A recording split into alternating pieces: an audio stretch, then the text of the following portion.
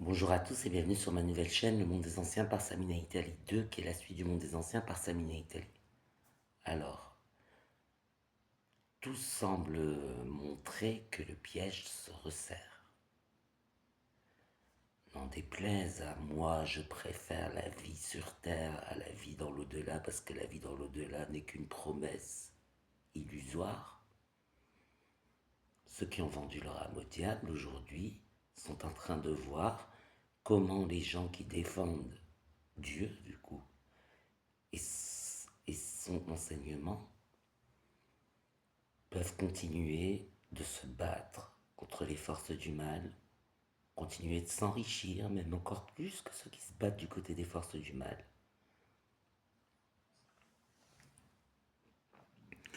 Et, et en plus, ils ont une vie dans l'au-delà qui leur est garantie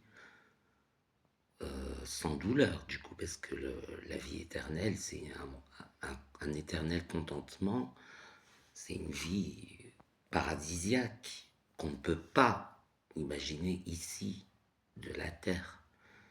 Mais on s'en rendra compte une fois qu'on sera mort. Mais tous ceux qui ont inversé la parole de Dieu, tous ceux qui ont appris des principes de sagesse qui étaient démoniaques, vraiment pas belles, aujourd'hui, je me rends compte, il leur est impossible de respecter les commandements, même s'ils le souhaitent de tout leur cœur. De toute façon, ils le souhaitent parce que ceux qui l'ont fait en récoltent le bon fruit. Ils voient que c'est une bonne semence qui pousse en leur sein, ils continuent de la nourrir et ils en récoltent le fruit. Bah, dans ce cas-là, moi aussi, je peux me tourner vers Dieu si je vois que le fruit récolté est bon, mais c'est pas comme ça qu'il faut faire. Non, il faut d'abord y croire et après on en récolte le fruit. C'est comme ça qu'il faut faire. C'est pas quand quelqu'un récolte le fruit qu'on se dit ah bah il avait raison, oh, bah je fais machine arrière. Mon âme au diable, je la récupère et je vais maintenant donner de l'importance à Dieu. Non, ça marche pas comme ça. Une fois qu'on a vendu son âme au diable, on a vendu son âme au diable et il faut vivre avec. C'est comme ça. Donc je le comprends bien que les personnes qui ont vendu leur âme au diable le regrettent, mais c'est trop tard, c'est trop tard. Leur âme a été vendue, c'est trop tard. Même si moi aujourd'hui j'en récolte du bon fruit d'avoir respecté les commandements, j'ai pas attendu de voir quelqu'un récolter le bon fruit et de me dire ah c'est une bonne chose, je vais le faire. Non, il y avait le monde de tel qu'il est, les gens bien, les gens pas bien, le monde était tel qu'il est, on était sur la même planète. Il y avait des injustices dans le monde, des gens riches, malheureux, des gens pauvres et heureux, comme il y en a toujours eu. Mais j'ai choisi de croire en l'évangile, enfin en Dieu principalement, hein. Que ce soit le judaïsme, le christianisme ou l'islam, pour moi, les trois ont l'inspiration du Saint-Esprit et donc on trouve des passages du Coran, de la Bible, de l'Évangile qui sont inspirés de l'Esprit. Il suffit de tout rassembler et on obtient un tout cohérent, même s'il y a des passages qui ont été falsifiés, c'est comme ça. Il faut pardonner à Dieu les passages qui ont été falsifiés par les copistes ou qui ont été volontairement transformés. Parce que si on pardonne à Dieu les imperfections qu'il y a dans ses écritures, même au sein d'un même texte, vous prenez la Bible hébraïque, il y aura des contradictions, mais même au sein d'un même texte, il peut y avoir des contradictions, mais il faut pardonner à Dieu. Et quand on fait ça, Dieu il nous pardonne aussi tous nos écarts, tous nos manquements, toutes nos erreurs, tous nos petits péchés. Enfin, il n'y a pas vraiment de petits péchés, mais il nous pardonne. Parce que nous, on a un regard bienveillant sur son enseignement et on garde espoir, on garde la foi et on continue de nourrir le bon grain, de semer le bon grain.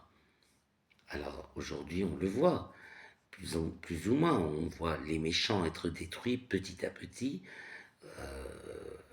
des virements de situation, enfin, on est vraiment Peut-être pas à la fin des temps, ça j'en sais rien. Peut-être que le temps va continuer de courir des siècles et des siècles encore, je n'en sais rien.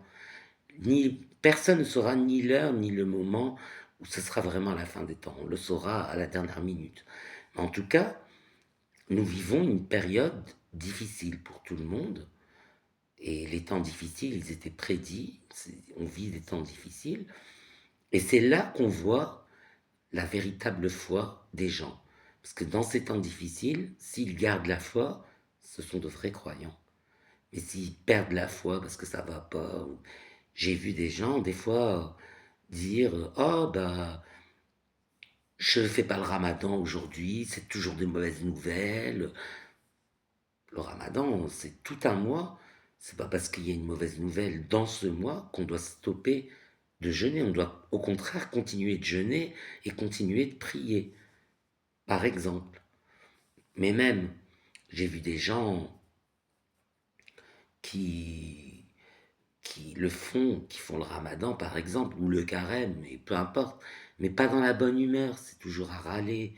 Je veux dire, frère, même si ton fils fait caca par terre, tu vas pas lui dire pourquoi t'as fait ça, ça va pas la tête, non, c'est le ramadan. On doit le faire dans la bonne humeur.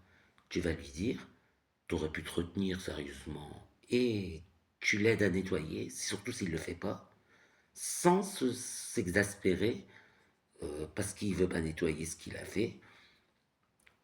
Faut que ce soit propre, parce que ça doit être une demeure propre, surtout pendant le ramadan, donc l'aider à nettoyer. C'est un exemple que j'ai pris au hasard, mais c'est comme ça avec tout ce qui nous arrive. Dans une période de jeûne, on doit être bon, on doit être ouvert, mais les personnes qui ont vendu leur âme au diable ne savent pas jeûner. Ils jeûnent, il ne faut pas les fatiguer parce qu'ils sont jeûnés, il ne faut pas les embêter parce qu'ils sont fatigués. Vivement que ça se termine aussi parce que ça décale mon sommeil. C'est c'est pas c'est pas la pratique de qui que Dieu attend de nous. Dieu il attend de nous que le jeûne soit quelque chose euh, de bienfaisant pour nous, que ce soit pas une règle difficile, que ce soit bien, qu'on n'ait pas l'air fatigué, accablé par le jeûne, mais au contraire qu'on ait l'air en forme, de bonne humeur. Et Dieu préfère la laine d'un jeûneur à l'odeur du musc. Donc, on doit tout accepter du jeûne.